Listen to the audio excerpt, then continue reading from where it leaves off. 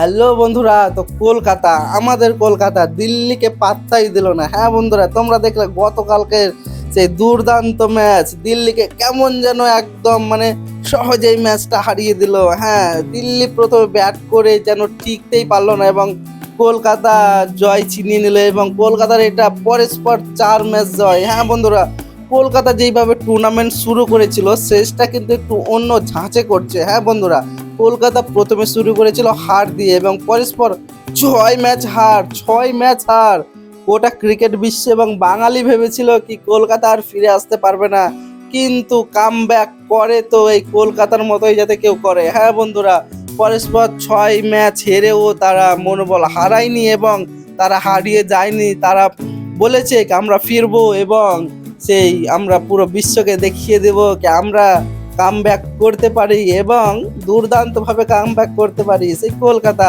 হ্যাঁ বন্ধুরা, কলকাতা পরস্পর 4টা ম্যাচ জয়। একটা টিম যদি পরস্পর 4টা ম্যাচ জিতে, এটা কোনো ছোটোখাটো এবং চারটিখানি ব্যাপার নয় বন্ধুরা। হ্যাঁ বন্ধুরা, একটা ম্যাচ পরস্পর এই আইপিএল এর মতন বড় মঞ্চে 4 ম্যাচ পরস্পর জিতে আসছে, একটা অসাধারণ বিষয়।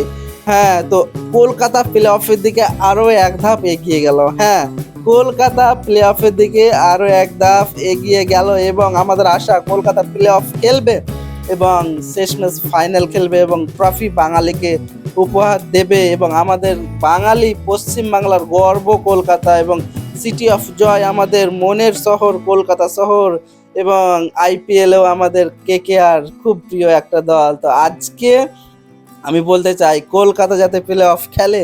হ্যাঁ বন্ধুরা, কলকাতা প্লে অফ খেলে যাতে ফাইনালে যায় এবং ফাইনাল যাতে ট্রফি দেয় এবং তাদের যেই 4 নম্বর ট্রফি। হ্যাঁ বন্ধুরা, কলকাতা কিন্তু এবার ট্রফি জিতলে তাদের 4 নম্বর ট্রফি জিতবে এবং সকল বাঙালিদের আশা আজকে যাতে কলকাতা জিতে এবং কলকাতা যাতে ট্রফি নিয়ে নেয়।